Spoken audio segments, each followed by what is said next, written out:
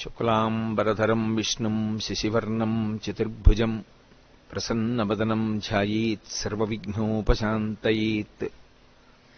గురుర్బ్రహ్మా గురుర్విష్ణుః గురుర్దేవో మహేశ్వరః గురుః సాక్షాత్ పరబ్రహ్మ తస్మై శ్రీ గురవై నమః. జై శ్రీరామ్ అండి.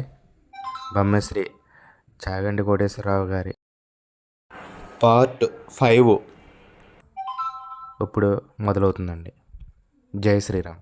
తాను 100 యోజనముల సముద్రాన్ని దాటి వెళ్లవలసినటువంటి విషయం మీద ఆలోచిస్తున్నారు తప్ప పిరికితనం కాని, వెళ్ళగలనా అని కాని, వెళ్ళలేనా అని కాని, అసలు రెండవ ఆలోచనకి తావులేని రీతిలో శివాలయంలో నంది ఎలా ఉంటాడో అలా ఆబోతులా కొండ మీద నిలబడి ఉన్నారు. అలా ఆయన్ని చూస్తే నీటి మడుగు మధ్యలో నిలబడిన ఏనుగా అన్నట్టుగా ఉన్నారట. దుష్కరం నిష్ప్రతిద్వంద్వం చికీర్షం కర్మవానరః సముదగ్ర శిరోగ్రీవో గవాం పతిరిభావభౌ అథ వైడూర్యవర్ణేషు షద్బలేషు మహాబలః ధీరః సలిలకల్పేషు విచచార యథాసుఖం అంటారు మహర్షి. అథ వైఢూర్యవర్ణేషు షద్బలేషు మహాబలః. ఆకుపచ్చని రంగులో ఉన్నటువంటి మెత్తటి పచ్చిక బయళ్లున్నాయి అక్కడ. ఆ పచ్చిక బయళ్ల మీద స్వేచ్ఛగా ధీరః పరమధైర్యంతో కూడుకున్నటువంటి వారై యథేచ్ఛగా దాని మీద కాసేపు అటూ ఇటూ నడిచారట. ఆయన నడుస్తున్నప్పుడు ఆయన గుండెలకి ఉరిపిడి పడి అనేకమైనటువంటి చెట్లు కూలిపోయాయి. ఆయన యొక్క పదఘట్టనల చేత వచ్చినటువంటి శబ్దాలకి భయపడి క్రూర మృగాలన్నీ కూడా భయంతో పెద్ద రవం చేస్తున్నాయి. ఆయన మాత్రం ధీరుడై పచ్చిగడ్డిలో అటూ ఇటూ తిరిగారు. అంటే లౌకికమైనటువంటి భోగములను త్రోసిరాజని శరీరం ఎంత క్లేశం పొందినా ఒకప్పుడు పాతాళలింగం దగ్గర కూర్చుని ధ్యానం చేస్తున్నటువంటి భగవాన్ రమణుల తొడల కింద తేళ్లు జెర్రిలు చేరి కరిచేస్తే నెత్తురు కారిపోయి మాంసం బయటికొచ్చి అట్టలు కట్టినా స్పృహ లేక అన్ని భోగములను విసర్జించి కటిక చీకట్లో ముళ్లకంపల్లో భగవద్దర్శనాన్ని అపేక్షిస్తూ ధ్యానమనందు నిలబడిపోయినటువంటి భగవాన్ రమణుల యొక్క స్థితి ఎలా ఉంటుందో అలా సమస్త భోగములను త్రోసిరాజని శరీరం ఎంత క్లేశపడినా భగవద్దర్శనాభిలాషి అయి ఆ లంకాపట్టణాన్ని చేరడానికి సీతామాత దర్శనానికి ఉద్యుక్తులవుతున్నటువంటి హనుమ యొక్క ఆ తిరుగులేనటువంటి విశ్వాసమునకు ఆయన యొక్క నిర్ణయానికి ప్రతీకగా నిలబడినటువంటి ఆ బాహ్య స్థితిని ఆవిష్కరిస్తుంది శ్లోకం. అందుకని అథ వైడూర్యవర్ణేషు షద్బలేషు మహాబలః ధీరః సలిలకల్పేషు విచచార యథాసుఖం. ఆయన బయలుదేరడానికి సిద్ధపడి ఒక్కసారి దక్షిణ దిక్కు వంక చూశారు. స సూర్యాయ మహేంద్రాయ పవనాయ స్వయంభువే భూతేభ్యశ్చంజలిం కృత్వా చకార గమనే మతిం. ఇక బయలుదేరడానికి సిద్ధపడుతున్నారు. సిద్ధపడుతూ ఒక్క నమస్కారం చేశారు. ఇది మనకి సంప్రదాయాన్ని చెప్తుంది. లోకంలో అన్నిటికన్నా గొప్పది ఇది అంటే నమస్కారం. నమస్కారం అంటే దానికి ఒక భంగిమ ఉంది. ఒకేలా నమస్కారం పెట్టాలని లేదు.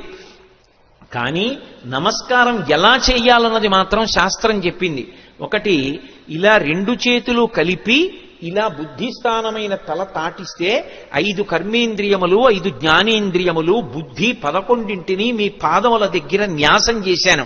మీరు నన్ను పైకెత్తి నా కర్మేంద్రియములు జ్ఞానేంద్రియములు బుద్ధి కలిసి నేను ఉన్నత పదంలో నడిచేటట్టుగా నన్ను అనుగ్రహించండి అని ఎవరికి నమస్కారం చేశారో వారి మీద మీ భారం పెట్టినట్టు. నమస్కారం చెయ్యడం తేలిక, తెలిసి నమస్కారం చేయడం చాలా కష్టం. తెలిసి నమస్కారం చేసిన వాడిని అనుగ్రహించడానికి అందుకునేటటువంటి వాడికి కర్తవ్యం మరింత పెద్దదుంటుంది. ఏదో నమస్కారం చేయడం వేరు, నమస్కారం చేసినటువంటి వాడిని పైకెత్తిన వాడు ఎవరుంటాడో వాడి మీద కర్తవ్యం పెరిగిపోతుంది. వచ్చి పడిపోతారు. నేల మీద పడితే ప్రణిపాతం అంటారు. స్వర్ణదండం ఎలా పడిపోతుందో అలా పడిపోతారు. అలా పడిపోతే దాని అర్థం ఏమిటంటే ఎంత కింద పడిపోవచ్చో అంత కింద పడిపోయాను, ఇంకింతకన్నా కింద పడిపోవడానికి అవకాశం లేదు. మీరు క్రింద పడలేదు, కూర్చునున్నారు, నిలబడి ఉన్నారు. క్రింద పడిన నన్ను పైకెత్తండి అని అడిగినట్టు. క్రింద పడిపోయిన వాడిని ఏం చెయ్యాలి? నోటి మాటతో అయ్యో లేవండి అనాలి, లేదా భుజములు పట్టి పైకెత్తాలి. లేవండి అన్నందుకు, భుజములు పట్టి పైకెత్తినందుకు జీవితంలో కూడా అతన్ని పైకెత్తవలసిన కర్తవ్యం నమస్కారం అందుకున్న వాడి మీద ఉంటుంది. నమస్కారం పెట్టించుకోవడం, నమస్కారం అందుకోవడం అంత తేలిక కాదు. నమస్కారాలు పెట్టించుకోవడం అంత బరువైనటువంటి విషయం. అంత జాగ్రత్తగా ఉండాలి అలా నమస్కారం పెట్టేవాళ్ళు ఉంటే. అలాగే అభివాదము అంటారు. రెండు చెవులు పట్టుకుని చతుస్సాగర పర్యంతంగో బ్రాహ్మణేభ్య శుభం భవతు అంటూ చెప్తారు. అది చెప్పినప్పుడు పాదాల దగ్గర పట్టుకుని చేతులు మెల్లమెల్లగా పైకి తీసి మోకాళ్ళ దగ్గర పట్టుకుని వంగి చేయి అడ్డు పెట్టుకుని అప్పుడు అభివాదం చెప్పాలి, పేరు చెప్పాలి. పేరు చెప్పారు అంటే అభివాదం చేశారు అంటారు. అలా ఎక్కడ పడితే అక్కడ ఫోన్లోనూ అభివాదాలు చేయకూడదు. అభివాదం చేశారంటే అవతల వారు ప్రశాంతంగా ఉండాలి, మీ గురించి వినడానికి వారు ప్రశాంతంగా ఉంటే అప్పుడు మాత్రమే అభివాదం చేసి చెప్పాలి తప్ప సభలోకి వస్తున్నప్పుడు, సభలో ఏదో ఇక ఉపన్యాసానికి పైకి వెళ్ళిపోయేటప్పుడు అప్పుడు వచ్చి చతుస్సాగర పర్యంతం అని అభివాదాలు మొదలు పెట్టకూడదు. అభివాదం ఎక్కడ చెయ్యాలో అక్కడే చెయ్యాలి. ఏ కారణం చేత కూడా నమస్కారం ఇలా చెయ్యక్కర్లేదు. ఇలా నమస్కారం చెయ్యమని ఏ శాస్త్రంలోనూ లేదు. అలా చెయ్యక్కర్లేదు నమస్కారం. నమస్కారం అంటే అలాగే చెయ్యాలి. నమః నేను కాదు అని అలా చేసినటువంటి నమస్కారం ఏది ఉంటుందో ఆ నమస్కారం ఒక్కటి తెలిసి చేసినంత మాత్రం చేత జీవితంలో అందుకోవలసినటువంటి స్థితికి వెళ్ళిపోతాడు. మొట్టమొదట సంప్రదాయంలో నమస్కారం ఎవరికి అందాలంటే గురువు గారికి అందాలి. అందుకే ఆ నమస్కారం ఇప్పుడు చేస్తారంటే నిద్రమంచం మించి లేచి లేవగానే కుడికాలు కింద పెట్టేటప్పుడు సముద్రవసనీదేవి పర్వత స్తనమండలే విష్ణుపత్ని నమస్తుభ్యం పాదాహతిం క్షమస్వమే అని భూదేవి మీద కాలు పెడుతున్నాను కాబట్టి అమ్మ దిక్కు లేక కాలు పెడుతున్నాను క్షమించమని కాలు పెట్టి నిలబడగానే నేల మీద పడిపోవాలి. అది పడక గది కానివ్వండి, ఏది కానివ్వండి, నేల మీద పడి గురువుగారి పాదాలు స్మరించాలి. గురువుగారు వచ్చి ఎదురుగుండా నిలబడ్డారని భావన చేసి గురువుగారికి నమస్కారం చేసి లేచి నిలబడాలి. అందుకని గురువు గారితో ప్రారంభం. ఏది మొదలు పెట్టండి గురువు గారికి వందనం చేసి మొదలు పెడతారు. గురువు గారే నా చేత చేయిస్తున్నారని. మళ్ళీ అయిపోయిన తరువాత గురుమండలానికి అంతటికీ నమస్కారం. అదే మంగళాశాసన పరై మదాచార్య పురోగమై అని గురువుకి నమస్కారం చేసి పూర్తి చేస్తారు. మొట్టమొదట గురువుకి నమస్కారం చేయాలి. గురువు చేసిన ఉపకారం చెయ్యగలిగిన వాడు లోకంలో ఎవ్వరు ఉండడు. తల్లిదండ్రులు కూడా శరీరాన్ని ఇస్తారు, మళ్లీ శరీరంలోకి రావలసిన అవసరం లేని జ్ఞానం ఇవ్వగలిగిన వాడు గురువు ఒక్కడే. అటువంటి గురువుకి నమస్కారం చెయ్యడం వినా అసలు మనం చెయ్యగలిగినది ఇంకొకటి ఉండదు. ఎందుకంటే గురువుకి ఈశ్వరుడు తప్ప ఇంకేం అక్కర్లేదు. అటువంటి గురువుకి మీరేం పట్టుకొచ్చిస్తారు? అంతటా నిండిపోయినటువంటి మనసు కలిగినటువంటి గురువుకి పంచల చాపునీయగలిగిన సాలెవాడు ఈ భూమి మీద పుట్టలేదు. గురువుకి చేసేది నమస్కారం ఒక్కటే. అందుకే రుక్మిణీదేవి అంటుంది భాగవతంలో, జలజాతెక్షణు తోడి తెచ్చితివి నా సందేశముంచెప్పి నను నిలువం పెట్టితివి నీ కృపన్ బ్రతికితిన్ నీకన్న పుణ్యాత్మకుల్ కలరే దీనికి నీకున్ ప్రత్యుపకృతిన్ చేయంగనేనేర అంజలి ఘటించదభుసురాన్వయమణి సద్బంధు చింతామణి అంటుంది. అంజలి అంటే రెండు చేతులు ఇలా పెట్టి నమస్కరిస్తే అంజలి పట్టారు అంటారు. అంజలి ఘటించదభుసురాన్వయమణి సద్బంధు చింతామణి అంటుంది. గురువు గారిని తలుచుకుని నమస్కారం చెయ్యకుండా ఏ కార్యం చెయ్యకూడదు. శ్రీ గురుభ్యో నమః అని ప్రారంభం. అందుకే హనుమ సంప్రదాయాన్ని నేర్పుతున్నారు, లేదా రామాయణము వేదోపబృంహణము మనం ఎలా బ్రతుకాలో నేర్పుతుంది. సూర్యాయ సూర్యభగవానుడికి నమస్కారం. వెడుతున్న కార్యం లంకాపట్టణానికి వెళ్లి సీతమ్మను అన్వేషించాలి. శరీరంలో అవయవాలకు బలం ఉండాలి. అవతల శత్రువుల్ని మర్దించాలి. రావణుడితో మాట్లాడాలి. సీతమ్మ దర్శనం చెయ్యాలి. దీనికి ఇంద్రియములన్నిటికీ కూడా పటుత్వం ఉండాలి. సమస్త ఇంద్రియములకు పటుత్వమునివ్వగలిగినటువంటి మహేంద్రుడికి నమస్కారం. సూర్యాయ మహేంద్రాయ పవనాయ ఈ శరీరాన్నిచ్చినటువంటి నా తండ్రి వాయుదేవుడికి నమస్కారం. స్వయంభువే అంటే బ్రహ్మగారిని ఒక అర్థం, లేదా రామచంద్రమూర్తికే నమస్కారం చేశారని ఒక అర్థం. స్వయంభువే భూతేభ్యశ్చాంజలిం కృత్వా సమస్త భూతకోటికి నమస్కరిస్తున్నాను. నేను వెడుతున్న ఈ కార్యం ఇంత గొప్ప కార్యం, దీనికి సమస్త భూతములు నాకు ఉపకరించుగాక. ఎంత వినయంతో బయలుదేరుతున్నారో చూడండి. ఎంత పెద్ద కార్యాన్నైనా ఎవడు సాధిస్తాడంటే ఎవడు వినయంతో నిలబడగలడో వాడు సాధిస్తాడు తప్ప ఇంత పెద్ద కార్యం మీద వెడుతున్న వాడిని నేననుకున్నవాడు ఎవడున్నాడో వాడు సాధించలేడు. ఇన్ని కోట్ల మంది వానరులు చెయ్యలేని పని చెయ్యడానికి ఆయన ఒక్కడెడుతున్నాడు. కానీ మీరు చెయ్యలేని దానికి నేను ఎడుతున్నానంట లేదు. ఇంత పెద్ద కార్యానికి నేను వెడుతున్నాను కాబట్టి మీరందరూ నాకు ఉపకారం చెయ్యాలి. మీరు లేని నేను చెయ్యలేను. భూతేభ్యశ్చంజలిం కృత్వా చకార గమనేమతిం. కానీ వెడుతున్నది దక్షిణ దిక్కుకు వెడుతున్నారు. ఏదైనా శుభకార్యం ప్రారంభం చేస్తూ దక్షిణ దిక్కుకి తిరిగి నమస్కారం చెయ్యకూడదు. ఒక్క సంధ్యావందనంలో మాత్రం దిగ్దేవతా నమస్కారం చేస్తాం. చేసినప్పుడు 4 దిక్కులకి పైకి కిందకి కూడా నమస్కారం చేస్తాం. ఉత్తప్పుడు ఎప్పుడూ కూడా దక్షిణ దిక్కుకి తిరిగి నమస్కారం చేయకూడదు. అలా చేస్తే అది పితృలోకాధిపతి అయినటువంటి యమధర్మరాజు గారికి అందుతుంది. అందుకని దక్షిణ దిక్కుకి నమస్కారం చెయ్యరు. కాబట్టి దక్షిణానికి చెయ్యకూడదు. కాబట్టి సంప్రదాయంలో తేజస్సు పెరగాలి అంటే తూర్పు దిక్కుకి తిరిగి నమస్కారం చెయ్యాలి. అంజలిం ప్రాముఖ కుర్వన్ పవనాయాత్మయోనయే తతో హి బహుదే గంతుం దక్షిణో దక్షిణాం దిశం. దక్షిణ దిక్కుకు వెళ్ళడానికి తన శరీర బలాన్నంతటినీ కూడా పుంజుకుని శరీరాన్ని పెద్దదిగా పెంచే ముందు ఒక్కసారి తూర్పుకి తిరిగారు. దక్షిణానికి ప్రయాణం.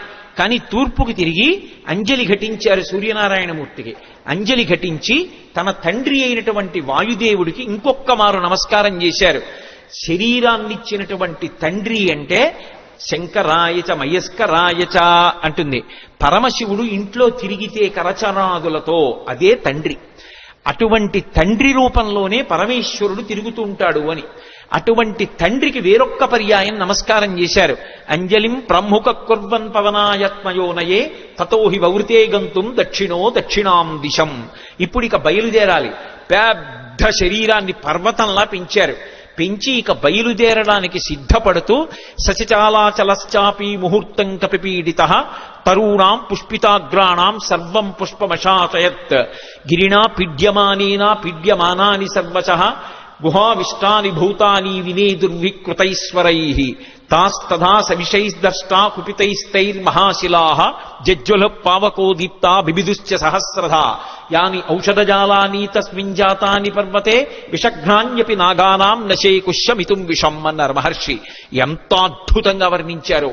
పర్వతాకారుడై నిలబడి ఆ మహేంద్ర పర్వతాన్ని తన 2 పాదముల చేత గట్టిగా పీడించారు. ఆ తొక్కి పట్టేటప్పటికి గుహలన్నీ కూడా మూసుకుపోయాయి. ఆ మూసుకుపోయే ముందు ఆ పర్వతం కదిలింది. కదిలి చెట్లకున్నటువంటి పువ్వులన్నీ రాలిపోయాయి. ఆ రాలిపోయినటువంటి పువ్వులన్నీ ఆయన ఒంటి మీద మహేంద్రగిరి మీద పడ్డాయి. ఇది మహేంద్రగిరి పుష్పాల కొండ అనిపించింది. ఆయన ఒళ్ళంతా పువ్వులు. ఇంకొంచెం నొక్కారు. గుహావిష్టాని భూతాని వినేదుర్వికృతైశ్వరై. అందులో పెద్ద పులులు, సింహాలు, రకరకాలైన క్రూర జంతువులు ఉన్నాయి. ఆ గుహల్లో పడుకున్నాయి. ఎప్పుడైతే గుహ నొక్కుకుపోతోందో అవి బయటికి పారిపోదామని లేచి బయటికి వస్తున్నాయి. నడుందాకా బయటికి వచ్చేటప్పటికి గుహ నొక్కుకుపోయింది. సగం శరీరం లోపలుండిపోయింది, సగం శరీరం బయట ఉండిపోయింది. అప్పటి వరకు ప్రశాంతంగా ఉన్నటువంటి మహేంద్రగిరి ఒక్కసారి క్రూర మృగాల యొక్క పెద్ద పెద్ద అరుపులతో కొండంతా నిండిపోయింది. ఉత్తర క్షణం ఆశ్చర్యపోయారు. ఏమైంది ఈ కొండకి? ఈ కొండ బద్దలైపోతోందా? ఎవరైనా రాక్షసులు వచ్చి దీన్ని భేదిస్తున్నారా అని. అంత పెద్ద అరుపులతో నిండిపోయింది. ఇంకా గట్టిగా నొక్కారు. నొక్కేటప్పటికీ శాస్తదాస విషైర్దష్టాః కుపితైస్తైర్మహాశిలాః. అందులో పెద్ద పెద్ద నాగుపాములు కలుగుల్లో పడుకునున్నాయి. విషాలతో కూడుకున్నటువంటి సర్పములు, అనేకమైన సర్పములున్నాయి. ఇందాక గుహలు నొక్కుకున్నాయి. ఇప్పుడు చిన్న చిన్న కన్నాలు, కలుగులు కూడా నొక్కుకుపోతున్నాయి పర్వతం తొక్కేస్తుంటే. ఆ కలుగుల్లో ఉన్నటువంటి పావులన్నీ బయటికి బుస్ అని పైకొచ్చాయి. సగం పైకొచ్చేటప్పటికే ఆ కలుగు నొక్కుకుపోయింది. నడుం దగ్గర నుంచి లోపలకు ఉండిపోయింది, మిగిలింది పైకుండిపోయింది. వాటికి విశేషమైన ఆగ్రహం వచ్చి పడగలు విప్పాయి. ఆ పడగలు విప్పేటప్పటికి నల్లటి స్వస్తికాకారాలు కనపడుతున్నాయి. ఒక్కసారి మహేంద్రగిరి అంతా పావులన్నీ పడగలు విప్పితే స్వస్తికాకారంతో పావుల పడగల కనపడుతుంటే విచిత్రమైనటువంటి శోభని పొందింది. ఆ పడిపోతున్నప్పుడు బంగారు శిలలు, వెండి శిలలు కిందకు పడిపోతుంటే అవి ఉరుసుకున్నప్పుడు కొండంతా ఎక్కడ చూసినా బంగారు గీతలు, వెండి గీతలు, పచ్చగా తెల్లగా గీతలు పడిపోయింది. ఈ బయటికొచ్చేసినటువంటి పావులు ఇవన్నీ ఎంతసేపట్లో? నేను వర్ణించినంతసేపు పట్టదు.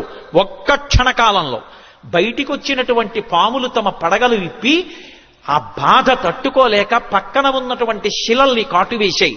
వాటి విషం వచ్చి శిలలకి తగిలేటప్పటికీ ఆ శిలల్లోంచి అగ్నిహోత్రం పుట్టి ఒక్క క్షణంలో మహేంద్రగిరి అంతా కూడా అగ్నిహోత్రంలో తగలబడిపోతోంది. అక్కడ అనేకమైనటువంటి ఓషధులు ఉన్నాయి. యాని ఔషధజాలాని తస్మిన్ జాతాని పర్వతే విషఘ్నాన్యపి నాగానాం నచేకుష్యమితుం విషం. ఆ ఓషధులు పాముల యొక్క విషాన్ని పోగొట్టగలవు. కానీ అంత గొప్ప కాట్లు వేస్తే పుట్టినటువంటి విషంలోని అగ్నిహోత్రాన్ని అక్కడ ఉన్నటువంటి పాములు ఏవీ కూడా, అక్కడ ఉన్నటువంటి ఓషధులు ఏవీ కూడా ఆర్పలేకపోయాయి. పొగ్గున మంటలు మండిపోతున్నాయి. ఒక పక్క గుహల్లో సగం శరీరాలు ఉండిపోయాయి.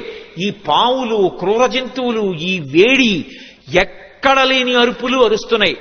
అలా అరుస్తున్నటువంటి సమయంలో అక్కడ విద్యాధరులు, గంధర్వులు మొదలైనటువంటి వాళ్ళు బంగారు పాత్రలు తెచ్చుకుని అందులో మద్యం పోసుకుని మంచి మంచి మాంసాలు తెచ్చుకుని తింటూ, ఎద్దుల యొక్క తోళ్లు భూమి మీద పరుచుకుని తమ కాంతలతో కలిసి కూర్చుని మాంసం తింటూ మద్యం సేవిస్తున్నారు. అకస్మాత్తుగా కొండ కదిలిపోయింది. దర్శయంతో మహావిద్యాం విద్యాధర మహర్షయ సహితాస్తస్తురాకాశే వీక్షాంచకృష్య పర్వతం. దర్శయంతో మహావిద్యాం అంటారు మహర్షి. విద్యాధరులు, గంధర్వులు తమ యొక్క మహావిద్యని జై శ్రీరామ్ అండి. గురువుగారి నోట సుందరాకాండ పార్ట్ 5 పూర్తయిందండి. పార్ట్ 6లో కలుసుకుందామండి. జై శ్రీరామ్, జై శ్రీరామ్, జై Sriram.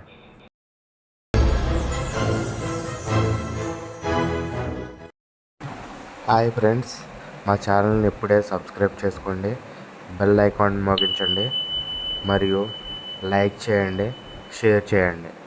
Thank you for the watching my videos.